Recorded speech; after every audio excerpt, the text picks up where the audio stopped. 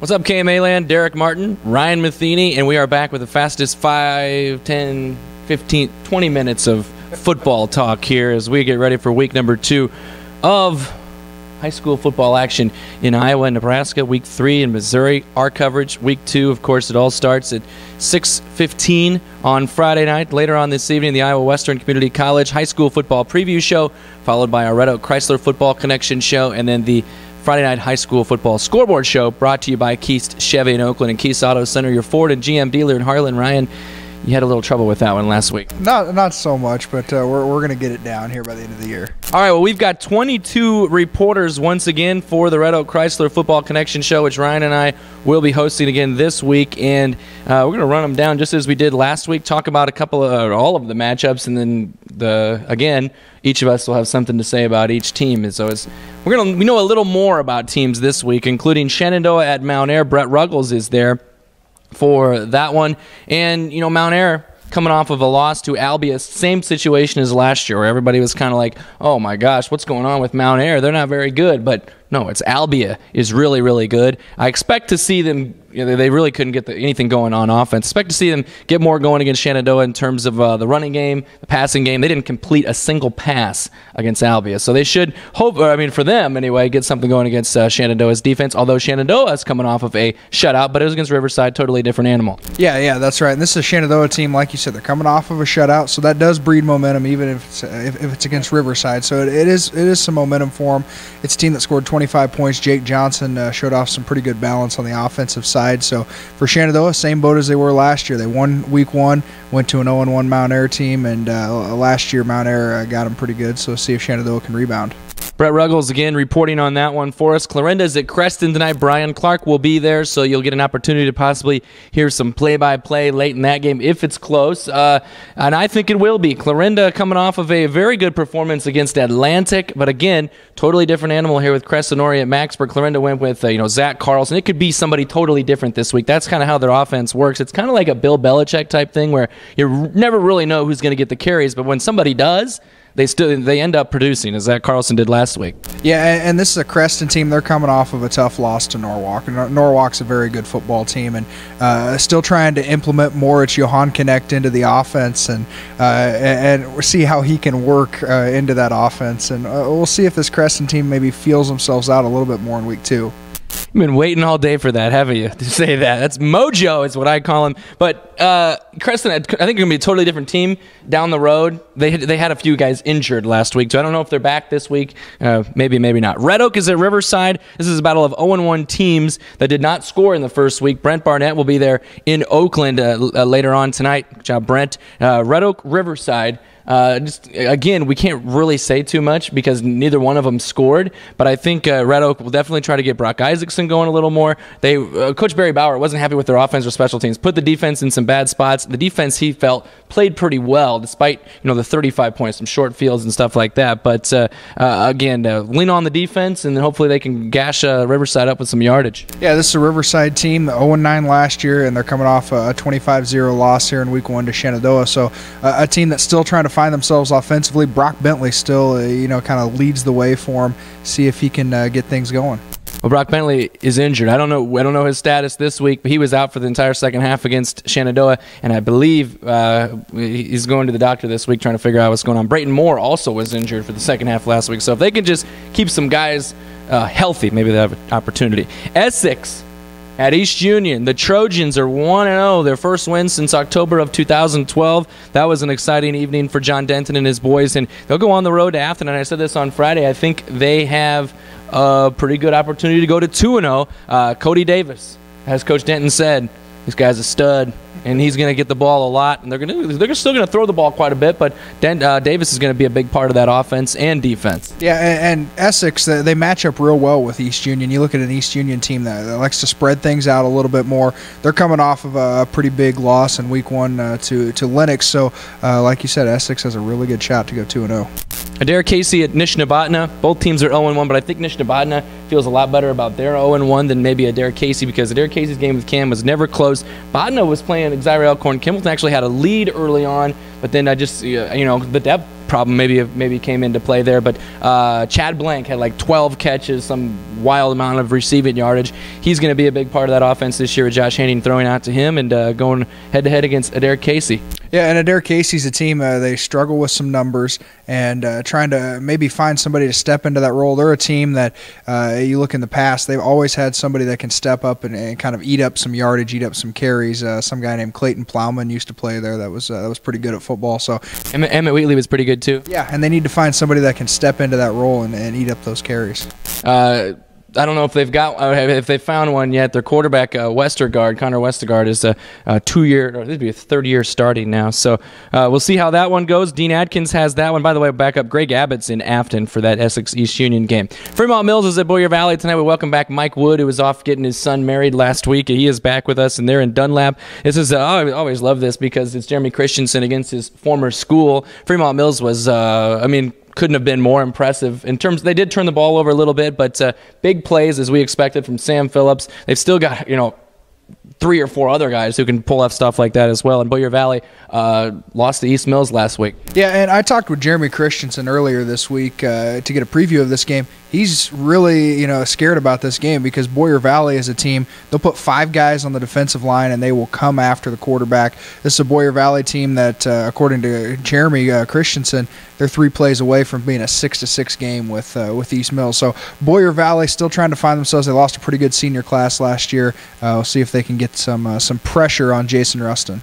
That's kind of the nature of 8-man, isn't it? 3 plays away from this and that. It's going to be there's just a small little line right there, a thin line. Let's go to Stanton at Lamoni. Jordan Matheny he's gonna go to Lamoni first this week. I got him going to the right spot off the bat. Stanton at Lamoni there. I don't think Stanton could have been more impressive. I think everybody was really geared up for their offense this year, what they have offensively, and they have a new quarterback, Connor Holtman instead of David Sorensen. They got Sorensen in the backfield a little bit, but very impressed offense. But the defense was what kind of led the way. Alex Bechtold, maybe the best defender in 8-man in this area at least. They shut out Guthrie Center, looking for another good performance against the Blue Demons. Yeah, that's right. Just the Demons. I think it's just the Demons. They're black. Blue.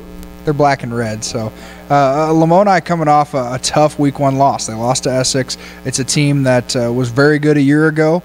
Lost a guy like Colton Rainey that really is hurting them. And you mentioned good defenders. It starts with Lamoni, Austin Toll.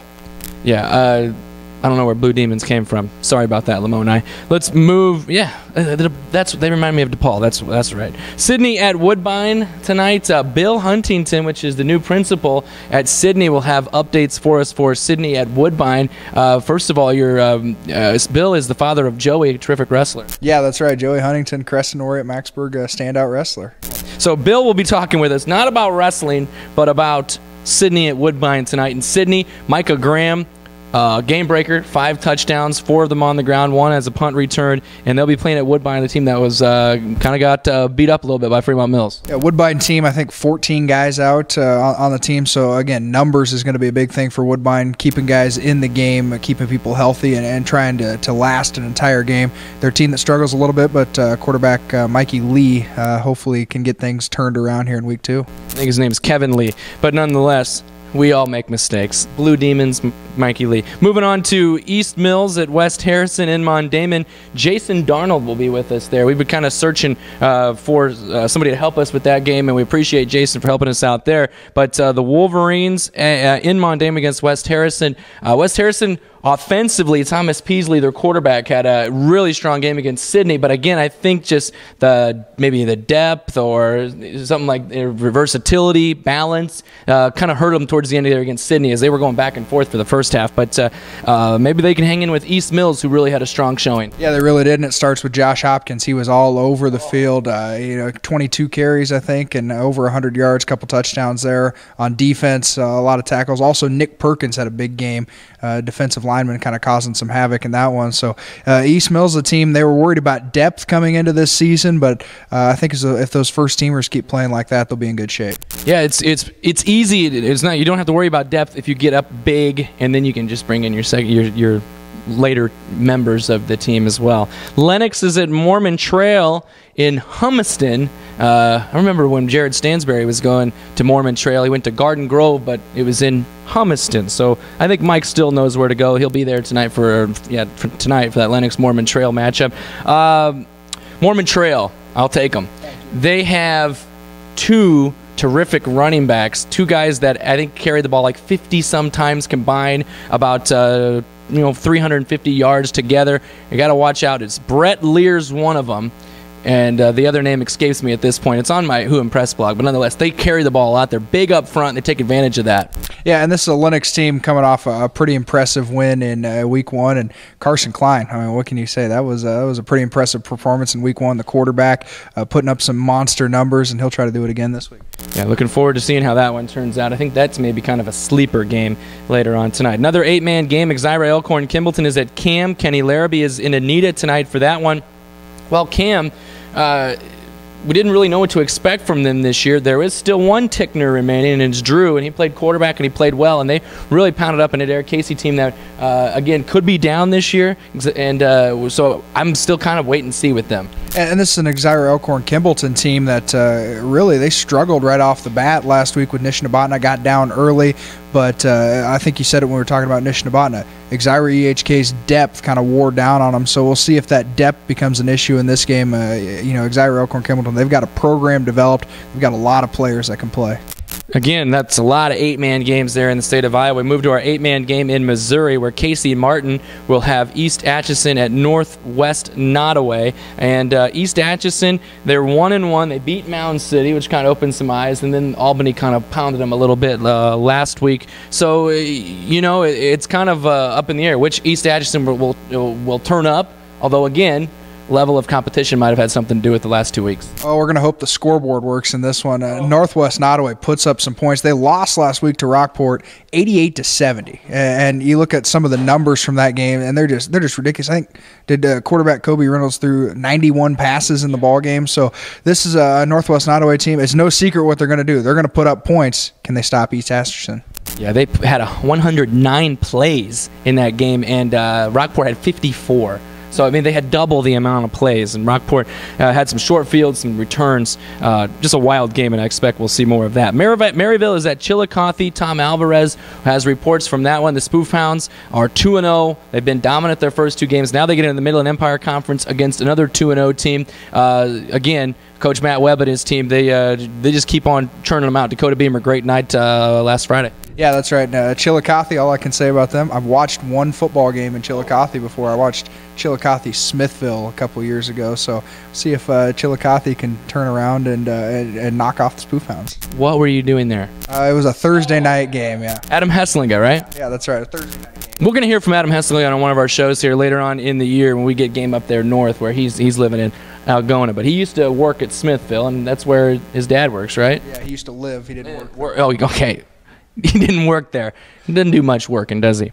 Let's go on to Omaha Roncalli at Nebraska City. Now, the Pioneers, what a good start for them, pounding Auburn last week on their way to a 1-0 start. But they did that last year, too, and only ended up with 2 wins. I know BT Krotzel and his crew looking forward to seeing how they can do against a really good challenge, Roncalli. Yeah, Roncalli always traditionally has a salty team. That's all you can say about Roncalli. They come down and they play hard. They give 110%? 110%. Have you seen a Roncalli game? I have watched one on TV before. So I figured you have seen something. You're kind of a freak like that. Bedford at Southwest Valley, a freak in a good way. Bedford at Southwest Valley. By the way, Kurt Mannion has a Nebraska City game. Jason Hyde had one of our better games last week. Did a great job his first time out reporting, and he will be in Corning for that Bedford Southwest Valley battle. Bedford, what can you say about their performance last week against Griswold? Just pounded them with the run. Defense was stout as well, not giving up a single point against a Griswold offense that is generally very, very good.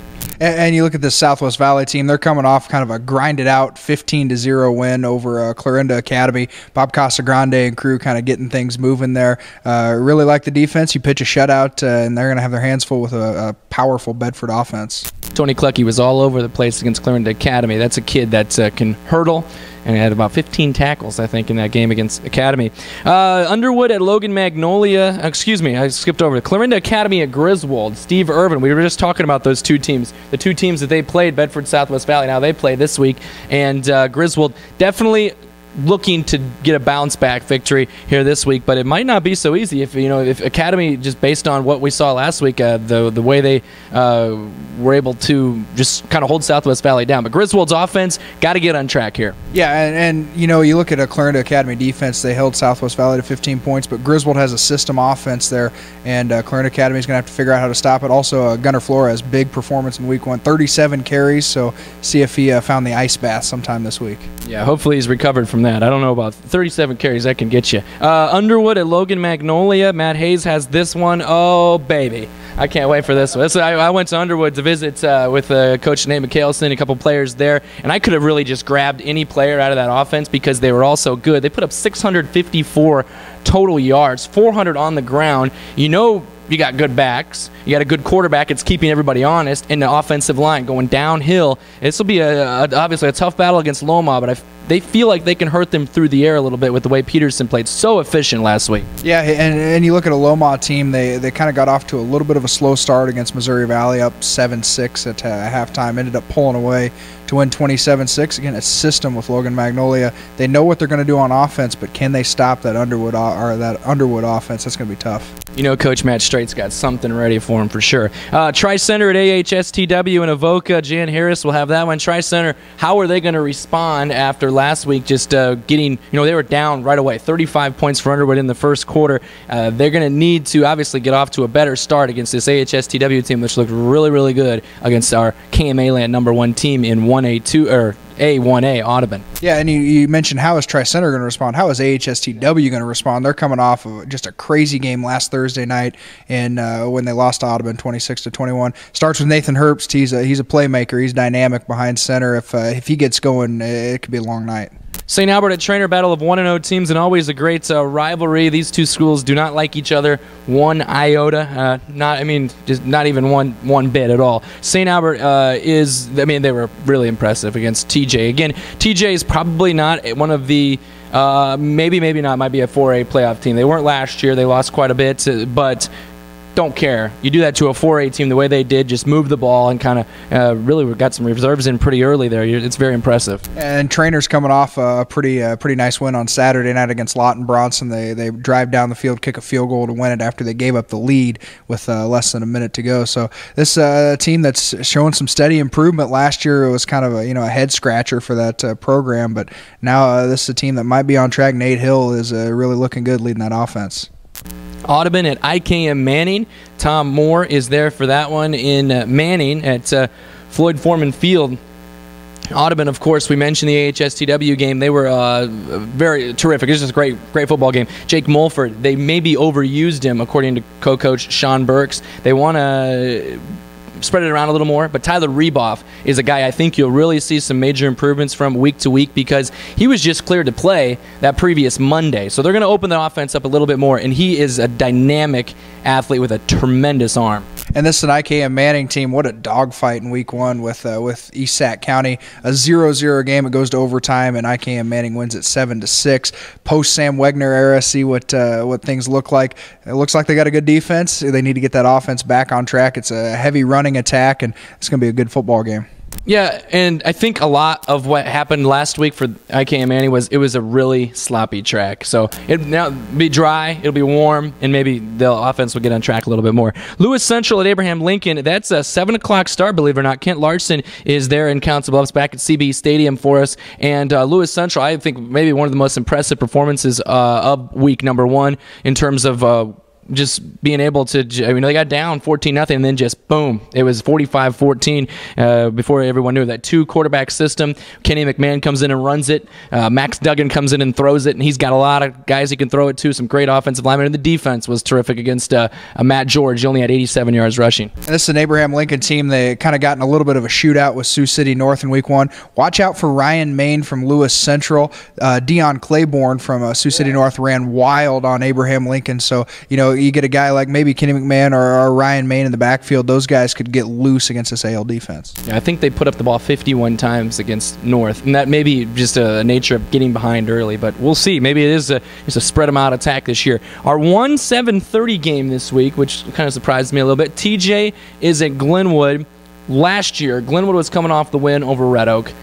and then they went out and they lost a heartbreaker to TJ.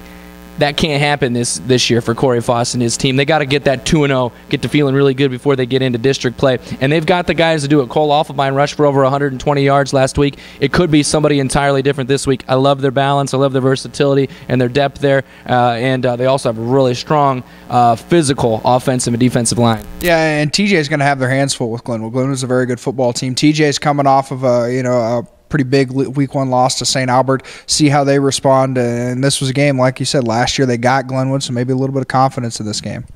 Well, that's 22 games. Whew. You all right? Did you make it? Okay. And now, kind of like what Brian and I do during our Iowa Western Community College high school football preview show, we talk about our game of the week. And what's your game of the week? I'm going to go up to Manning. Audubon at IKM Manning. Got an Audubon team. They're coming off a big win over AHSTW in week 1. Got an IKM Manning team. They're coming off kind of an emotional win there in week 1 where they win in overtime. So you got two teams. You got an IKM Manning team. Tradition speaks a lot for them. An Audubon team that's really on the rise. They're a very good football team. It's going to be a good game.